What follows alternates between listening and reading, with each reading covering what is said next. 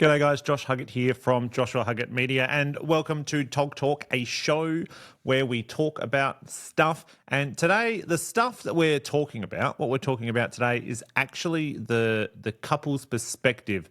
And we're going to try to peek behind the curtain into like what couples are really thinking when they come and try to book a wedding photographer, and try to see it through their eyes rather than seeing it from wedding photographer eyes. But for those of you that are new, my name's Josh. I'm a wedding photographer from Adelaide. I've been doing this a while. Just a warning, I've got Tourette's that makes me tick when I talk on a podcast. So it does make me yawn. So if you fucking get that, I'm sorry. If you're watching the video and you're looking at me and you're going, geez, Josh, you look tired. I am really, really tired. I have worked so hard this last week and a half, 2 weeks, and so used so much of my brain capacity. We've released a whole bunch of educational stuff recently. We've been releasing a whole bunch of little courses to help people, building out the community. So much. We've been doing so much work. I say we, it's literally just me. And on top of that, we've been shooting weddings and stuff as well. So there's been the normal wedding work plus all of this other work, plus my kids' birthdays. I'm just heaps tired. But we need to get it all done because I do go away soon. I've got a wedding at the end of September. So it's currently September 11 today. But we do have a wedding. I've got a wedding at the end of September with Sally and Lockie that I'm super excited for.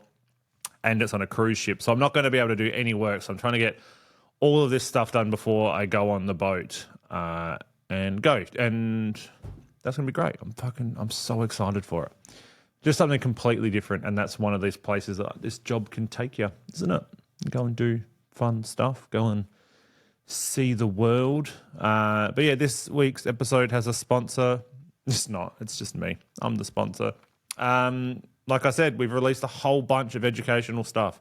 We have so many people that have been asking me for educational stuff. I kept saying no and no and no, and then I slowly trickled it out with my community, and the word, the feedback has been so good. So, yeah, come and join. Just come on Instagram. I'm not going to fucking spend too long spruiking it, but our community's fucking sick. We send you all the leads that I get, I send to all my fucking community. And we just released a course on content creation for wedding days, which is for all wedding vendors. It's not just for photographers. Same with the community. The community is for everybody. I'm going to try to change some of that wording because everything that we talk about in the community is actually applicable to everybody, not just photographers and videographers. So come and do that. But let's talk about the couple's perspective. Let's talk about, what couples are actually looking for, and how we can kind of try to get into the couple's brain when they're hiring a wedding photographer or videographer, or even just a fucking vendor if they're hiring anybody. I've got some questions here. We're going to go through them, like the first impressions, the gap between what photographers and stuff think versus what the couple wants, money and value, the psychology and expectations, the reflection, and some advice as well. Let's jump on in. First impressions. When couples first meet you, what do you think they're really looking for? And I think the most important thing about this is when couples come to you, and when couples inquire with wedding photographers or vendors or anybody in this industry, they don't actually know what they're looking for. Most people will only ever get married once. If they're getting married again, they usually do the opposite of what they did the first time. So people that had a really big first wedding will typically have a smaller second wedding. And vice versa, people that had a really small wedding will want to have a bigger one this time because they're happier in their second marriage. So when they come to you and they inquire, typically they've got no idea what they actually want and what they need. They don't know what 10-hour packages are. They don't know what a hemp fucking print is. They don't know what 3 appetizers are. They don't know what, they don't know any of this stuff. They've never done this before. And what we seem to forget is that we do this every weekend. We get married every weekend. We plan weddings every weekend. We go to weddings every weekend. These guys don't. This is the first time they're ever doing it. They're normally traversing this landscape by themselves for the first time. So our job is to try to make this process as easy as possible on them so that they have the best experience possible. So when a couple first meets you, what they're really looking for is someone that can like help. They have a pain point. The pain point is they need this service field. They need fucking catering. They need a photographer. What you're able to offer is a way to fix that pain point and solve that problem for them. They don't care, like awards and stuff don't really mean anything. That's very topical because the fucking wedding industry award thing just came out. But like, they're not looking for that. They don't care. They don't know what the difference is between getting 500 photos and 800 photos. All they know is they want their photos to look good and they want to feel comfortable. That so much of that gets like misconstrued and misconstrued. Is that a real word? Misconstrued? Misinformed? Something. Fucking so much of that gets confused. But I think people need to come right back to basics and right back to like, how can I solve this problem that this person has? The problem is they need a photographer and they want to feel heard and looked after. How can I fix that problem? Here is how I can fix it. That's why. And I did all of this when we got married ourselves. When me and my wife were planning our wedding, she was doing most of the planning. I was merely just a vessel. I was kind of there, but my job was the photographer. And so many people had so many different things. This is why we preach like only having a couple of packages and not having too many confusing words in your welcome guide and making everything as simple as possible. Because when we were planning our wedding, when we were in this stage, I remember being so confused at everybody's welcome guides and everybody's pricing and everybody's everything because it was all different, but it's all kind of the same. So that's when we stripped everything from our welcome guide and we made everything back to basics. And we only had like 3 packages and we took out all the fluff and it's just photo, just video and easier.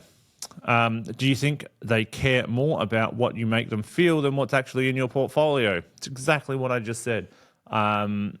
It's more about making them feel comfortable, making them feel heard, making them feel listened to, and making them feel confident in your ability to actually guide them through this process that is wedding planning. And like, essentially like when someone comes and fucking leaves an inquiry on your website, grab their hand and you lead them through the process. So that way there's no real room for them to kind of like fall off and fall into the abyss, or literally you're competing with somebody. Everybody's like, community over competition, community over competition. But at the end of the day, like if you both get the same lead, it's a competition to whoever can book that lead.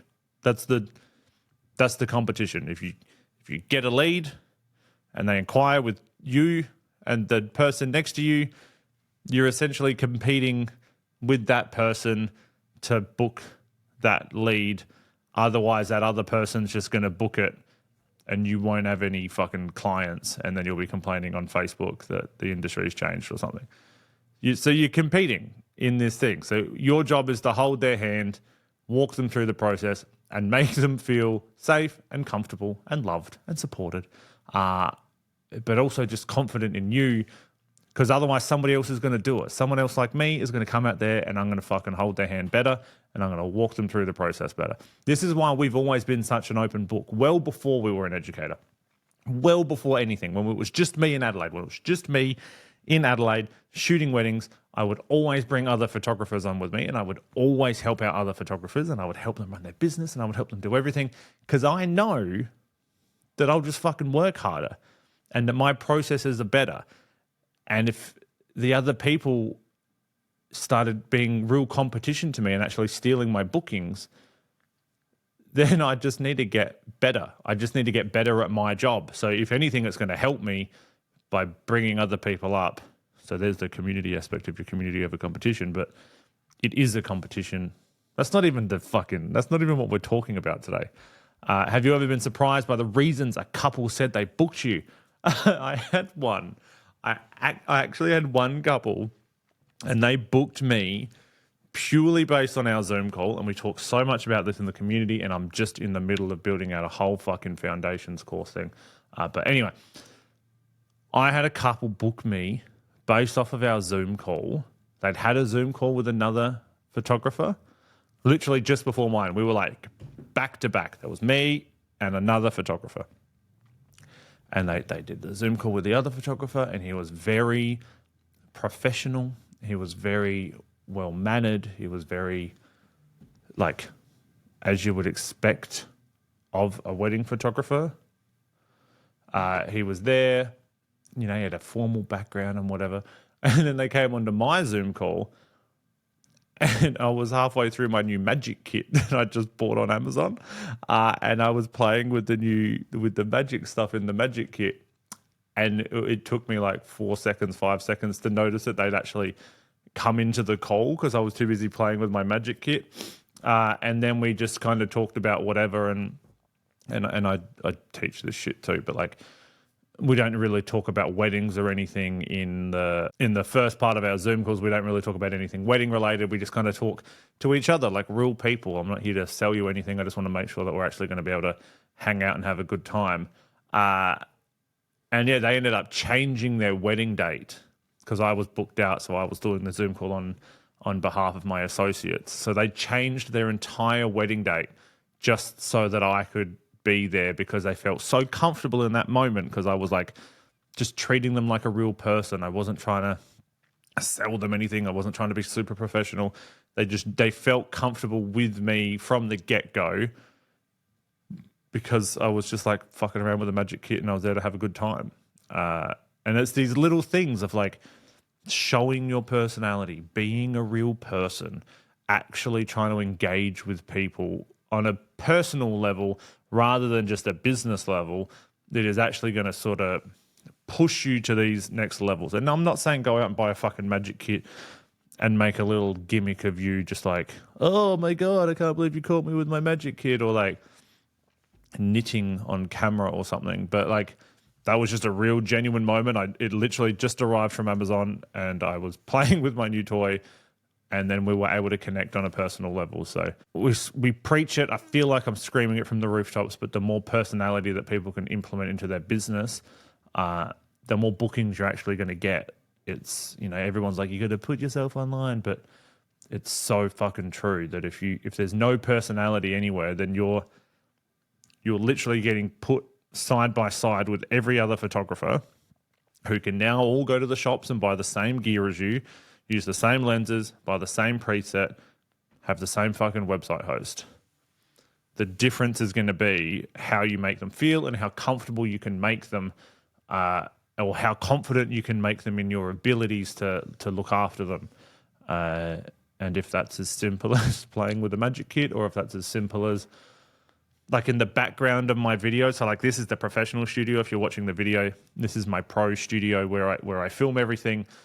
But my home studio is just full of all my little knickknacks. I've got another Undertaker cardboard cutout behind me. I've got a Stone Cold Steve Austin. I've got a Dungeons and Dragons D20 like LED light on the wall. I can like within arm's reach, I've always got like one of my Mini Coopers or my fucking remote control cars, or any of the little things that I have that are, you know, because that's my home office. That's where I just put all my fun stuff.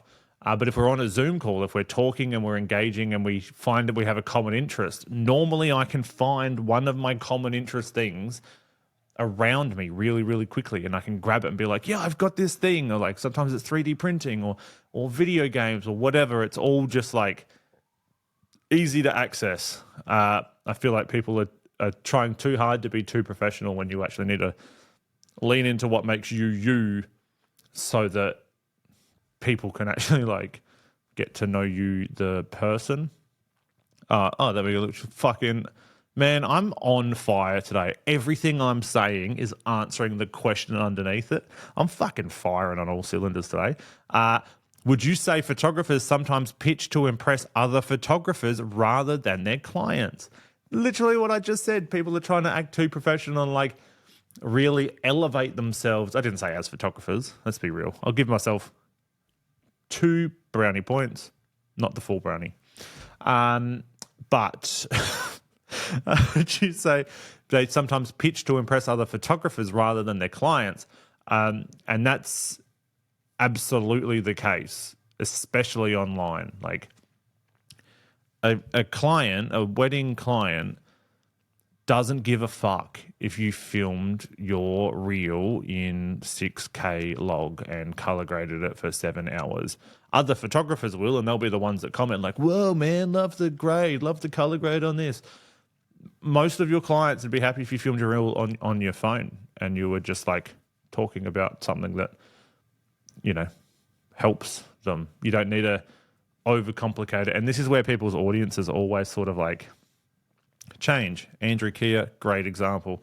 He had a wedding audience. So it was kind of dying, he said. His Instagram account was dying. This is from last week's episode as well. But his Instagram account was dying. So we started creating reels about photography, and he really enjoyed getting the feedback from other photographers. But then his entire audience shifted, and he just had a photographer audience, and his wedding industry, his wedding business died. But now he has a coaching business. But if you're just starting and you're not really a coach, then you kind of need to keep your wedding clients happy. Even now, even me at this level of everything that I do in the world, I'm still so focused on posting wedding content. I'm a little bit scared, a little bit nervous about my Instagram account at the moment because like my last 4 posts have been coaching related and not really wedding related. But it's why I post so much wedding content on my Instagram account, because I am still a wedding photographer. That is my job. I get paid to shoot weddings. I now make some income from education. This podcast pays me fuck all, and by fuck all, I mean nothing. But I make my money in wedding photography, so I can't lose my audience. I have a lot of followers that are photographers, but I can't pander to them because then I will lose my core business, which is wedding photography. And this is where people need to take this into consideration when they're posting all of this stuff, because you're supposed to be trying to answer your customers' pain points. So making reels or posts online about like, you know, a classic one that I see businesses do all the time is they'll make a post like red flags in my inquiries. I don't think you're at the level where you should be trying to deter people from inquiring with you. That's a post that you make in your group chat with your mates. It's not something that you put on your public Instagram account that's going to make people feel self-conscious about inquiring with you in case you make a reel about them in the future. And like, or new wedding photographers talking about like their camera settings. Like clients don't give a fuck about the camera settings.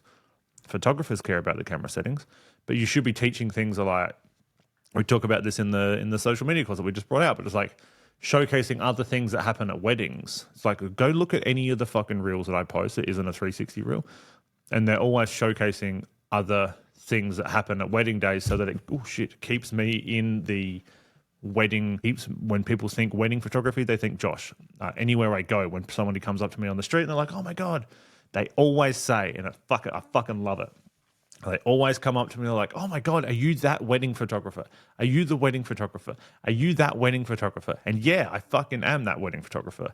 I'm not that wedding content coach. I'm not that wedding whatever. I'm that wedding photographer. So it doesn't matter what they do. They see my face and they know that I'm a wedding photographer. And if they want a wedding photographer, they look for my fucking mug. They're not like, oh, are you that photography coach? Even though I do coaching, they know that my audience and they know that the things that I'm posting are for wedding, because I'm a wedding photographer. And this is what people need to be focusing on, your first impressions. Anyway, part 2. Got really fired up then, didn't I? All right, the gap between what photographers think and what couples want. Photographers often stress about gear presets and editing styles. Do couples actually notice? Editing styles, probably, but not to the point that we think. And that's why you see so many like jokey reels and so many like little funny fucking like little posts about like changing the slider by like 0.1. Couples don't give a fuck. Couples don't even know. And the only people that will comment negative things are other photographers. My Facebook account's fucking prime example of this. I'll post a wedding gallery, I post the sneak peeks from my wedding, and the only people that ever leave negative comments are other photographers being like, I would have done it this way. I would have cropped this out. I would have photoshopped that out. Everybody that was at the wedding, every guest at the wedding, every person that attended the wedding, and people from past weddings or future weddings looking at the photos, they all leave positive comments. And they're like, wow, these are amazing. I love how you captured the day. I love how you told the story. I love how you did this. The photographers are the only people that comment anything else at all. Like, oh, did you take it this? Like, nobody cares. Nobody fucking cares other than other photographers about this stuff. And unless you're trying to shoot only other photographers' weddings, then people need to stop thinking about all of these like things that photographers say on the internet. Where gear does come into it is your couples, and it's literally as simple as being able to give them a blurry background in photos. If you're shooting on like, and this is the hard bit where everybody says gear doesn't matter, but it kind of does in wedding photography because you can't really shoot everything f4 these days. You do need to be able to stop down.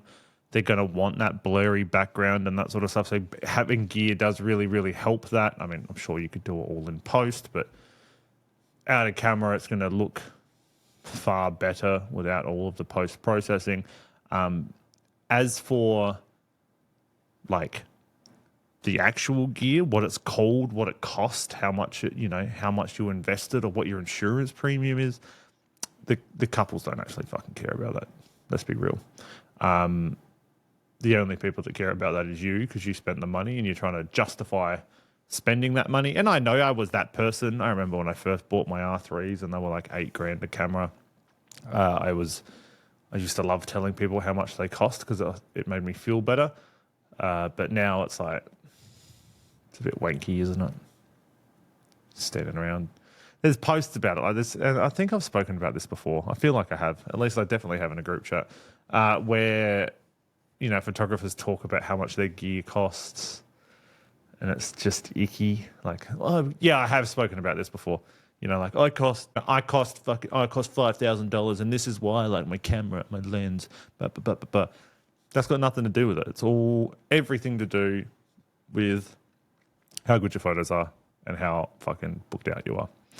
Do couples really know the difference between candid and posed photos? I think your couples are the only ones that will actually know this more than anybody because they can read their own body language. So couples, as a general term, wouldn't be able to tell. I mean, I'm removing, the polar ends of the spectrum here. So like a proper candid and a proper posed photo where they're standing posed in front of a car.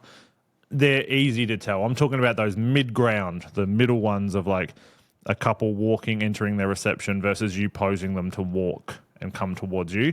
I'm sitting in this little spectrum. Obviously, anybody in their right mind knows that if somebody is standing still and looking at the camera and smiling, that's a posed photo. So we're going to stick in that little middle ground. We're going to stick in the section of like you posing them to walk and laugh and look at each other and a genuine laugh. The vast majority of people out there probably wouldn't be able to tell because they'll look very, very similar. But the people that will be able to tell are the people the photos are of because they're going to know.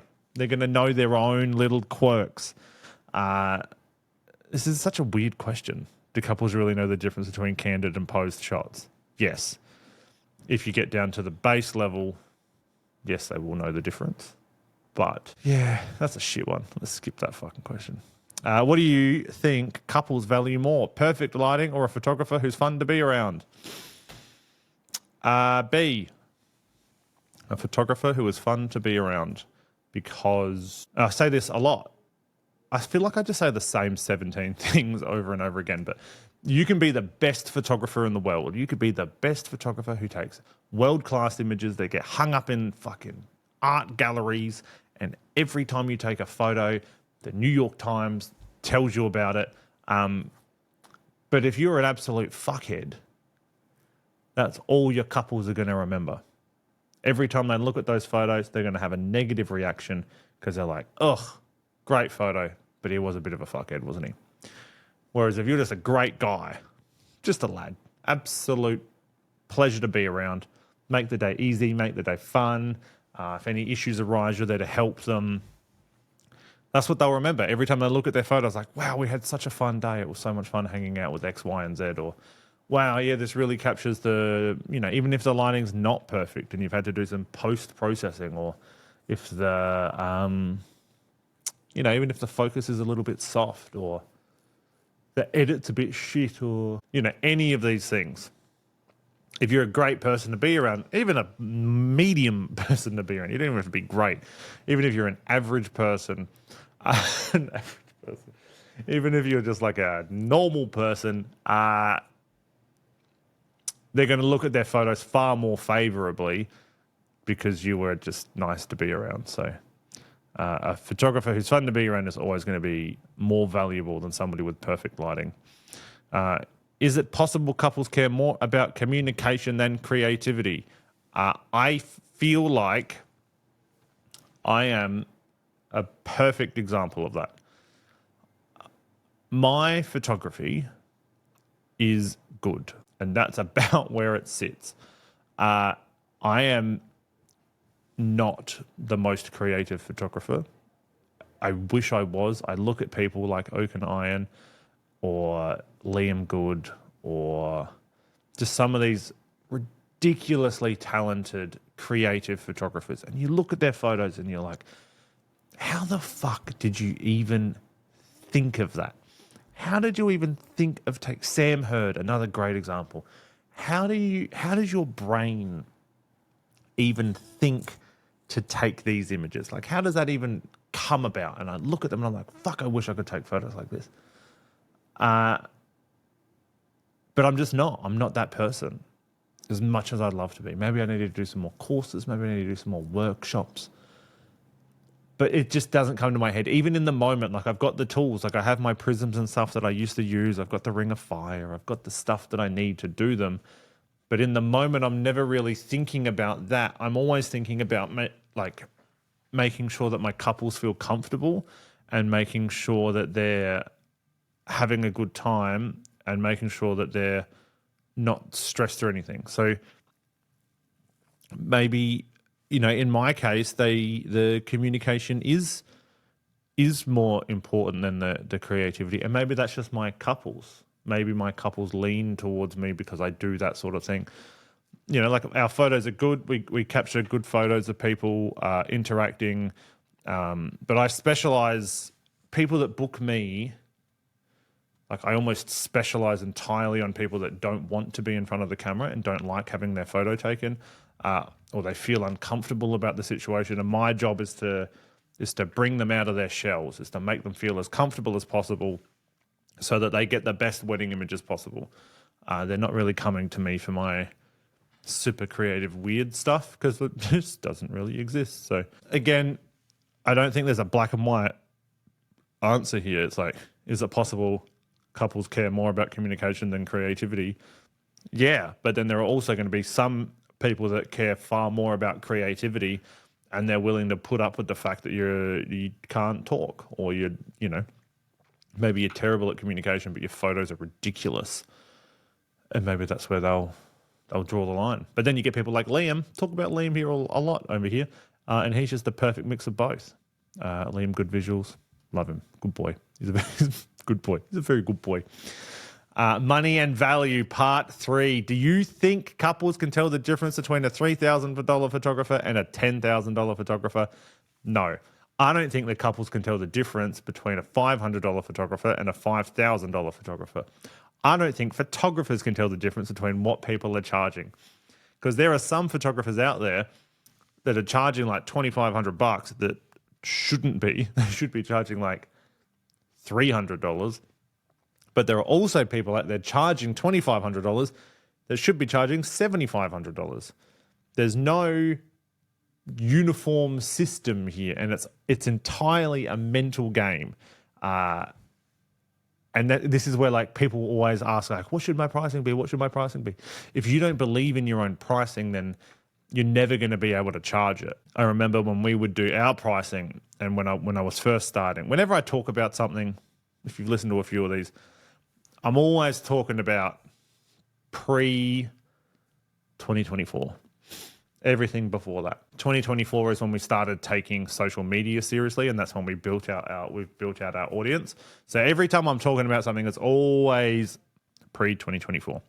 But when we used to do our pricing, and when I first started, I remember my rule of thumb for pricing was always every 10 bookings, I would increase my prices by like $500. Every time I book 10 weddings, put my prices up. Book 10 weddings, put my prices up. Because if you're able to book 10 weddings, like that's no small feat. That means if you're booking 10 weddings, that means at least 20 people believe in you and they believe that your pricing is good enough to purchase. So you should then be able to put your pricing up. And then eventually you'll find a ceiling where you're getting a bit too much pushback. If every lead that comes your way, or almost every lead that comes your way, is booking, then you need to put your prices up, because you need to, there needs to be some sort of resistance. If at any point you're booking a wedding and you go, I only picked this package up, I don't want to lose a Saturday for that much, put your prices up. Get rid of that package. This is why we only have one. I only do a full day because I never want to take a Saturday off my calendar for a 6-hour day. It's not worth it. I can earn so much more money on another Saturday. And if I'm not going to earn that much money, then I'd rather just have the fucking day off, to be honest. So, but back to the actual question before I went on one of my little tangents. I don't think couples can tell the difference between a 3,000 and a 10,000 unless they are completely different styles. But if we're talking about the same style, I don't think people can tell. I don't think they'll know. Is price actually a reflection of the value in their eyes, or just budget? Interesting question. That is a good question. Is price actually a reflection of value in their eyes, or just budget? And I think it's actually all budget based. But budgets are based on value, aren't they? Because you don't, you wouldn't have like a $500 budget for a venue. You have a budget based on what the value of that is. So the value of a venue has been perceived to be more. Like we always spend a lot of money on your venue. So the reflection of value in their eyes, or just budget. But the budget is based on the value. And the value is predetermined by past people's budgets. This is going to fucking send you into a spasm. It's really like the chicken and the egg, isn't it? Because value is based off other people's budgets, but you set your budget based on the value that you've been given by other people. Some people won't value photography. There's always going to be the outliers. There's always going to be those people on either side of the spectrum where, they have a super high value for photos. So they're willing to put their money where their mouth is, and they'll spend the money. And there'll always be the opposite of that, where people just like don't give a fuck. They're just getting a photographer because they need to. But that mid card, everybody kind of like, they all spend the same sort of money. Like it's anywhere, especially like let's talk Adelaide market. It's always like 4.5 to 7.5 to 8 for photo and video. 4 to 4.5 for a good photographer.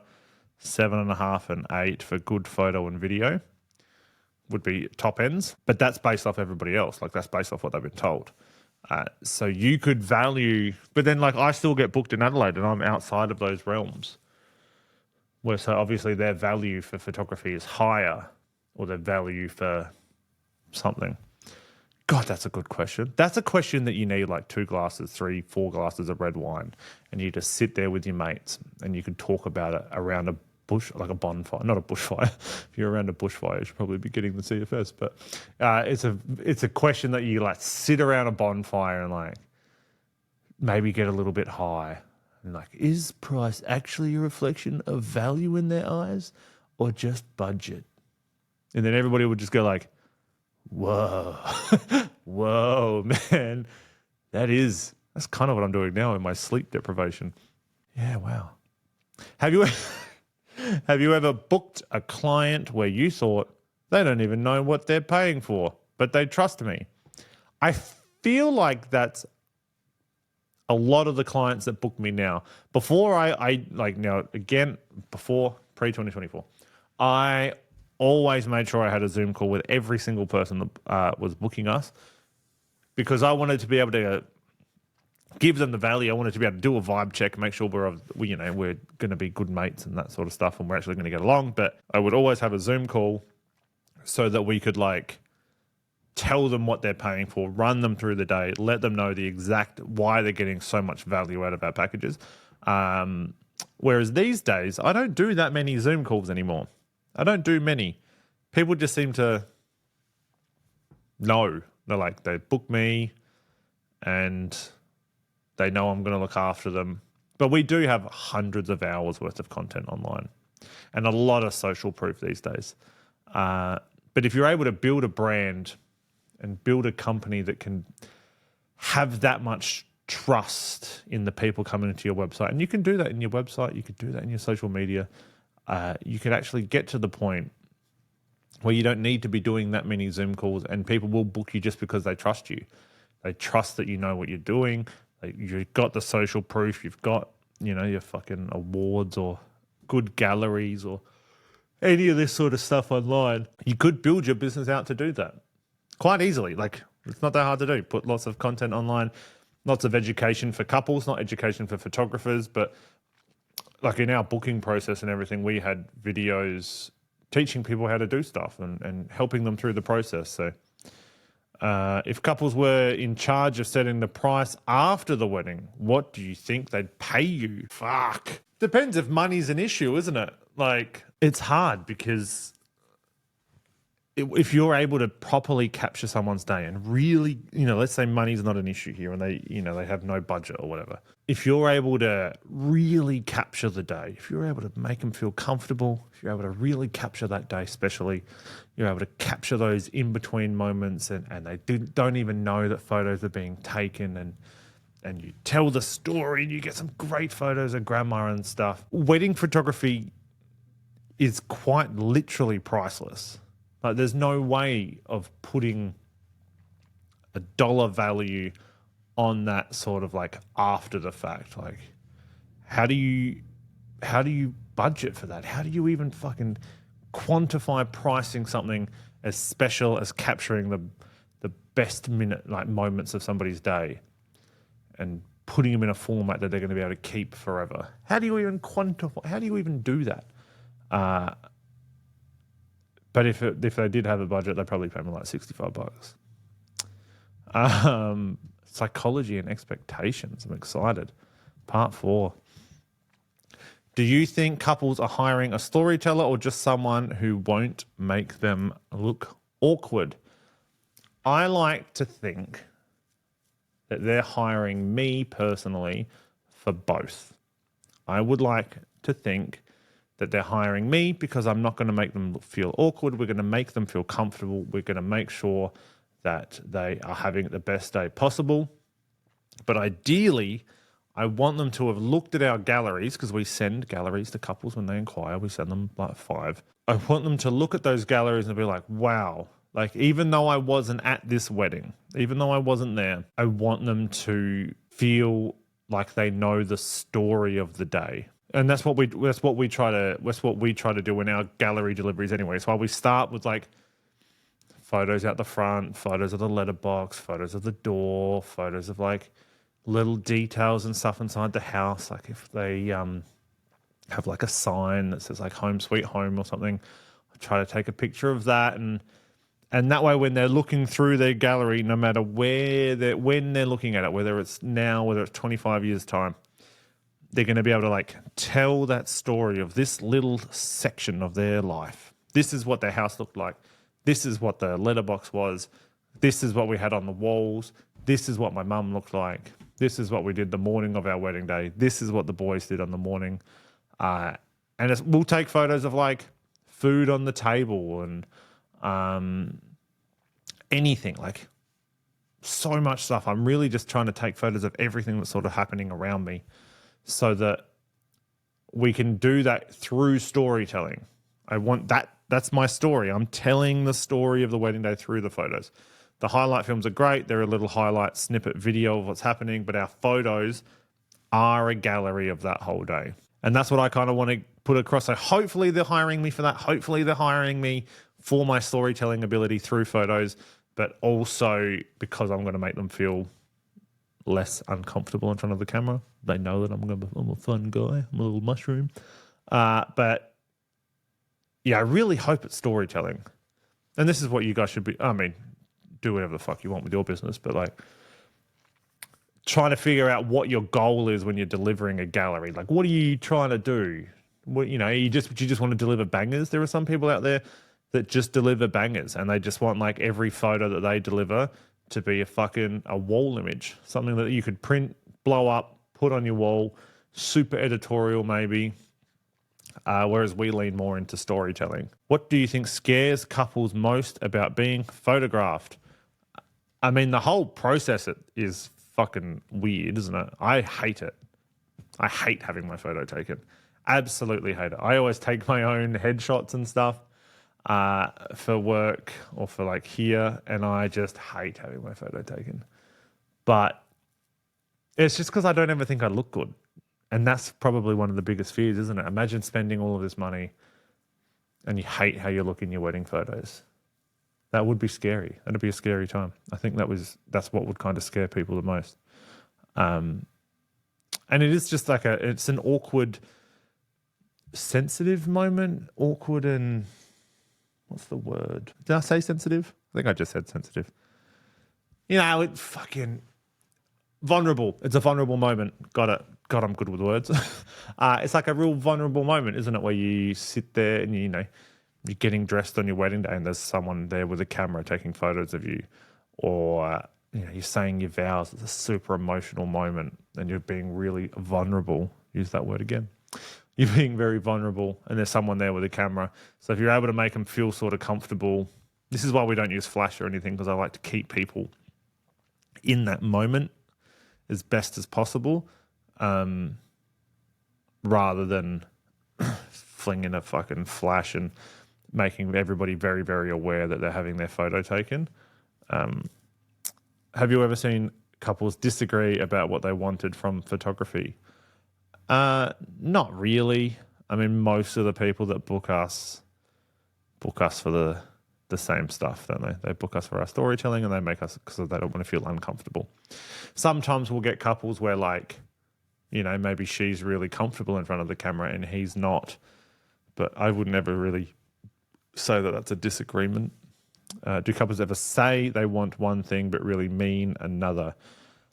I feel like the only time couples really do this is when they're trying to get all of their information off the internet and they're saying things that they've been asked to say, like the couples, the ones that come to the Zoom call with like the Google questions to ask your photographer thing, and they're like, "What are your backup systems?" They don't care. They don't know. How many SD cards do you shoot on per day? What's the other one? What is your backup process if you're unwell or unable to attend the event? I mean, our wedding. They're saying things that they probably would never otherwise ask, but they've been told that they need to ask their photographer all of these questions, and they don't even know what the answers are. Like, you could tell them fucking anything. Like, what's your backup systems? You could say like, oh yeah, backblaze and use all these industry terms, and they'll just go, oh, nice. Yeah, great. That sounds good. Okay, next question. They don't fucking care. And lots of people will say things like they only want candid photos, but they don't realize that they do kind of need some posed photos in there. You just need to be able to do them properly. Unless they're going to keep looking at the camera and smiling, they're the couples that'll come back and be like, oh, you didn't get a single photo of us looking at the camera and smiling. It's like, well, you didn't look at the camera and smile. Like, did you want to get posed? Or did you want 100% candid photography? All right, reflections and advice. Final thoughts. How are we going for a small episode today? 47 minutes, fucking hell. Sorry, I thought this was going to be a little one. Anyway, reflections and advice. If you could tell every wedding photographer one truth from the couple's perspective, what would it be? And my one truth would be what I said right at the start. You need to help us, the couples, solve a problem. The problem is that we need wedding photography or videography, or we need fucking cake maker or whoever you are. I need help with this service. I don't know what I'm doing. I've never done this before. How can you help me do this? How can you help me fucking book a wedding photographer? I don't care about any of this other stuff. I just need help with my one problem, which is booking a wedding photographer. So my advice to everyone would be just help me answer this question and make this process as simple as possible for me, because I've got so much other stuff to do, like book a venue or fucking hair and makeup trials or get a choreographed first dance. I don't want another thing on my plate that I have to try to answer or figure out. How do you keep reminding yourself that it's about them and not about you? I quite literally tell them that it is their wedding day and they can do whatever the fuck they want. I'm there. I'm especially me, because like I'm a pretty big personality. I'm there. I'll make sure everybody's having a good time. But we take little stops throughout the day, and especially through like the ceremony and stuff. It's just them. Ceremony's not about me. It's about them. Make sure that you have time to just like take in your fucking wedding day. You know that moment in the office at Jim and Pam's wedding when Jim, God, this could be wrong. Pretty sure it's Jim says that somebody told him that they need to take little mental snapshots throughout the day, and they do that little camera click thing. And I kind of tell my couples to do that, like just take little moments of the day. And I'll tell them too, like I try to remember during the wedding day to tell them to stop, but like just look around and look at all of the stuff that you've done. You've brought all these people together and you're having a big old party. How amazing is that you were able to pull this off? We're just there to capture it at the end of the day. We are just staff. If you had to strip photography back to just one thing that couples care about most, what would that be? Storytelling. The story of the day. Like if you're able to tell the story and the emotion and capture what's actually happening in front of people's eyes rather than trying to manufacture it all, then regardless of what happens in the world, regardless of what trends we go through, regardless of fucking boho, dark and moody, whatever, if you're able to capture the moments and tell the story of the wedding day from start to finish, I feel like that's going to be timeless because you've still captured a story, If you're rather than just trying to capture bangers are great because they're the ones that go on the wall, but bangers from the 80s aren't bangers now. My mum's wedding photos are not considered bangers in comparison to the wedding photos of 2000s compared to the wedding photos of the 2010s that you look back on, and now in the 2020s you're looking back at them and you're like, what the fuck is that? Whereas if you just tell the story of the day, the photos and the candids and the nice little in-between moments are always going to be photos that people will cherish. So if you could strip photography back to just one thing that couples care about the most, I feel like it's always going to be storytelling. And that, beautiful people of the internet world, is Tog Talk. That's a whole episode on the couple experience. I hope this helped. It felt like it helped. Definitely at a very, very selfish level, I feel like after listening to that, even I am now thinking a little bit differently about how we go about things. Like it really reiterates just how important some of these little moments and stuff are. Yeah, God, some of those questions are fucking rippers, weren't they? That was a great little episode. Just for me, anyway. I had fun. Hope you had fun listening to it. Anyway, I'm not going to take up too much more of your time. If you want to learn more, come and learn from me. I teach photographers about fucking business and storytelling and marketing and all of that stuff. I don't teach camera settings because I don't know them. I'm not the best photographer. There are other photographers out there that are way better. But if you are a wedding vendor and you want to learn how to make a better wedding vendor business, then come to me because I'll fucking teach you. It's the links in our bio on Instagram and Facebook and whatever.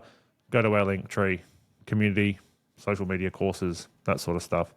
I'll see you next week. We're going to get back into interviewing some people. And then I'm going on a holiday. It's a working holiday. I'm working. And then I'm on a boat for 4 days. But anyway, until I see you again, until I see your beautiful little faces on Instagram, come and say g'day. Come and talk to me. If you're listening to this episode, put it on your story so I know that you're fucking listening and tell me what you think. Until I see you again. Bye. Is that how I end these things? I can't actually fucking remember.